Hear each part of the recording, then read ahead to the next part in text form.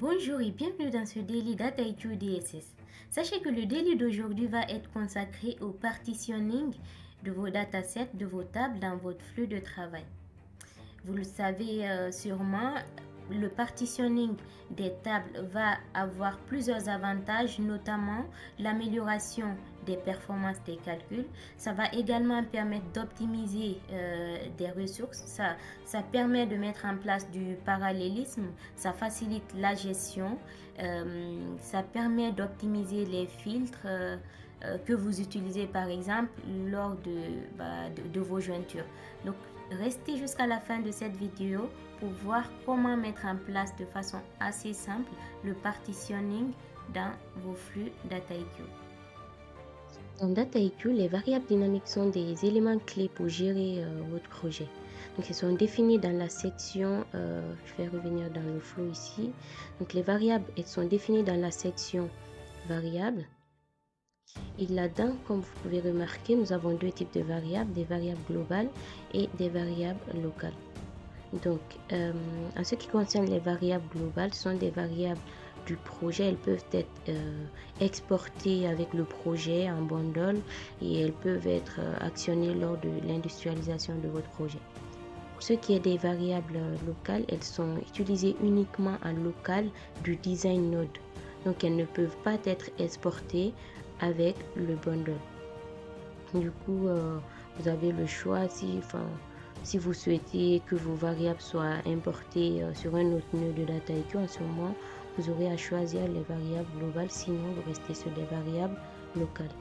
Et lorsque vous créez des variables, elles peuvent être invoquées et employées dans n'importe quelle étape, soit des étapes récipies de votre flux de travail en utilisant une syntaxe spécifique propre à chaque langage, par exemple Python, SQL, Hive, R. Donc ces variables, elles sont actualisées à l'aide du client Python et peuvent vous permettre de réguler dynamiquement divers aspects de votre projet. Maintenant, nous allons revenir dans le flow pour voir comment créer des variables et les utiliser, soit via des processeurs visuels ou du code. Donc pour ça, nous allons partir de ce jeu de données. Admettons qu'on souhaite filtrer la colonne country sur le pays United Kingdom. Donc pour ça, je vais créer ma variable. Je vais l'appeler par exemple pays. Et le pays que je souhaite, c'est le UK. Donc, je sauvegarde ça. Ma variable globale est créée. Maintenant, je vais l'invoquer dans une recette visuelle dans un premier temps. Pour cela, je vais par exemple utiliser la recipe sampling filter. Donc, je crée ma recipe. Et là-dedans, je veux aller filtrer ce country égal à UK. Donc, je vais choisir la colonne country égale. Et là, pour invoquer ma variable, je fais $ et un crochet, j'écris pays, le nom de ma variable. Et donc, de cette façon, ça m'évite d'écrire en dur ici la valeur sur laquelle je souhaite filtrer ma colonne. Donc, je lance tout ça. On va aller maintenant voir le contenu du dataset créé. Donc, effectivement, le jeu de données a été filtré sur le UK. Donc, on peut vérifier ça lorsqu'on clique ce filtre ici. On voit qu'on n'a qu'un seul pays, tandis que sur le jeu de données précédent, voilà, celui-ci, dans Country, vous allez voir qu'on a plusieurs pays. Donc, le filtre a bien marché, c'est-à-dire qu'on a pu effectivement bien utiliser des variables, on a pu bien invoquer la variable globale dans une recette visuelle. Donc, maintenant, nous allons voir comment effectuer la même chose via du code. Pour cela, je vais choisir du Python. Je vais l'appeler test var global.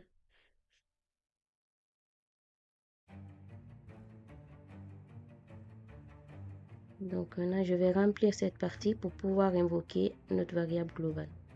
Pour invoquer la variable dans le code ici, je l'ai déclaré Donc en ce qui concerne la déclaration, il faut toujours commencer par obtenir une référence du projet actuel en utilisant la bibliothèque Dataiku.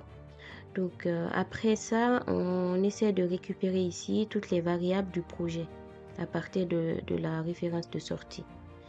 Et par la suite, on extrait la variable spécifique pays de la catégorie standard. Et du coup, ça fait qu'en ce moment-là, on a pu invoquer notre variable. Et là, on peut maintenant l'utiliser pour aller filtrer sur le champ country comme on l'a fait tout à l'heure dans la recette visuelle. Donc lorsque je sauvegarde ça, je valide pour voir si je n'ai pas d'erreur dans mon code. Voilà, là je n'ai pas d'erreur, je peux lancer.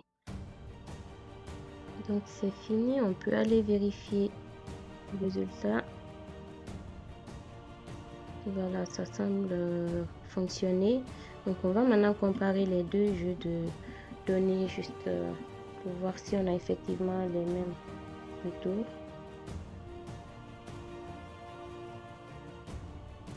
Donc j'ai 3061, 878 lignes. Ok, je vais vérifier maintenant celui de la recette visuelle. On a aussi 3061. Voilà.